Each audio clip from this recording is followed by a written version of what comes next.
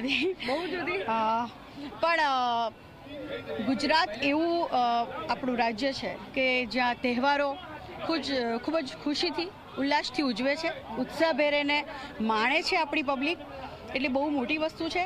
અને ખાસ તો પોળમાં તો પોળનું એક મજા જ અલગ છે કે જ્યાં ખરેખર આપણો ઉત્સવ જેમ કે પતંગ, મકર સંક્રાંતિ એટલે એનું એક વૈજ્ઞાનિક કારણ પણ છે કે જે આપણે સૂર્યના કિરણો, અત્યારે બધા ગોગલ્સ પહેરે છે, બટ હું માનું છું કે આપણા એ કિરણો આપણા આંખમાં પડવા જોઈએ.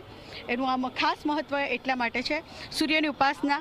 હું લોકગાયિકા છું અને લોક સંસ્કૃતિને સાથે રાખીને વાત કરું તો આપણે ગુજરાતની જાની માની ચેનલ, ન્યૂઝ ચેનલ એટલે G24 કલાક, ગુજરાતનું ગૌરવ અને ગુજરાતનો ભરોસો કહી શકાય. એટલે એક મેસેજ જરૂર આપીશ કે તમે ગમે તે ઉત્સવ ઉજવો, પણ જેમ કે ઉત્તરાયણ તો ચાઇના દોરીથી ખાસ દૂર રહેજો, જેનાથી કરીને કોઈ નાના બાળકોને કે કોઈને પણ નુકસાન, જાનહાનિ ના થાય.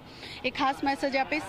બસ સ્વચ્છ રહો, મસ્ત સ્વસ્થ રહો, મસ્ત રહો અને મજા કરી જાય. મસ્ત મજાનું એક ગીત તો એક તો આપણા ગુજરાતનું લોકગીત મને ખૂબ ગમે છે, તે ગઈશ. હું આપણા મલકના માયાળુ માનવી, આપણા મલકના માયાળુ માનવી, માયા મેલીને વયા જાશું મારા મેજબાન, આવું ને આપણા મલકમાં. આવી મોજ મસ્તી અને મજા કરવાવાળી તો આપણે ગુજરાતી પબ્લિક છે, જે તહેવારોને ઉજવીએ છીએ અને માણીએ છીએ, અને આપણા માટે ગૌરવની વસ્તુ છે.